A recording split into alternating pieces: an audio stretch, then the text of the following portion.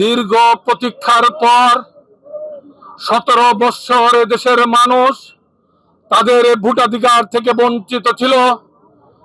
এদেশের ছাত্র শ্রমিক জনতার আন্দোলনের ফলে আপনার আমার ভোটাধিকার প্রয়োগ করার পরিবেশ সৃষ্টি হয়েছে।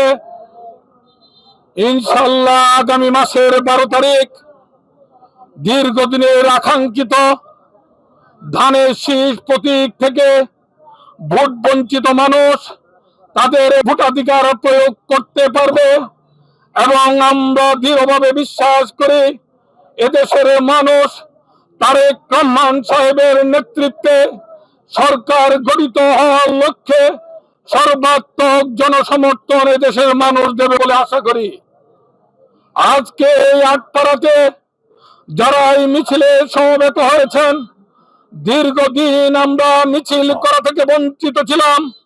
আমরা যখনই এদেশের মানুষের জনগণের কথা বলতে চাইতাম তখনই সেই আওয়ামী লীগ আমাদের টুটি চেপে ধরত, মুখ চেপে ধরত, আয়না গোষ্ঠীর সন্ত্রাসী গোষ্ঠী হামলা করত।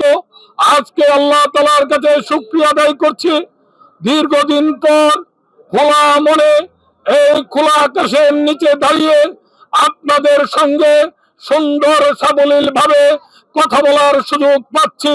সেই জন্য আল্লাহ তাআলার পক্ষ থেকে কৃতজ্ঞতা জানাচ্ছি। ভাইরা আমার, আজকে আগামী 12ই ফেব্রুয়ারি যে নির্বাচন, এটা শুধু বিএনপির নির্বাচন নয়, এটা শুধু জমিয়তে উলামায়ে ইসলামের নির্বাচন নয়, এই নির্বাচন বাংলাদেশের মানুষের আশা আকাঙ্ক্ষার প্রতীক। দীর্ঘদিনের আকাঙ্ক্ষা, যার ভোট সে দিতে পারবে। এই কারণে মানুষ প্রতীক্ষিত তীর্থ কাকের ন্যায় অপেক্ষা করছে 12ই ফেব্রুয়ারি সকাল থেকে তাদের ভোটাধিকার প্রয়োগ করার জন্য।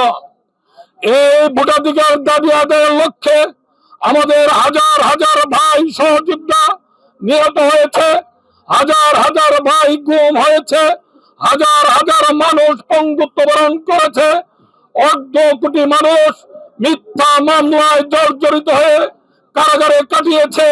তার এই ফসল হলো এই নির্বাচন।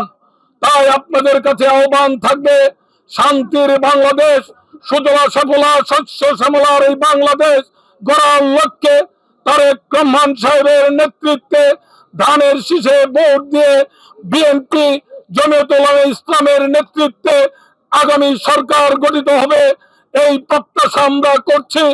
আপনাদের কাছে দোয়া চাই, আপনাদের কাছে সহযোগিতা চাই, ধানের শীষে ভোট চাই।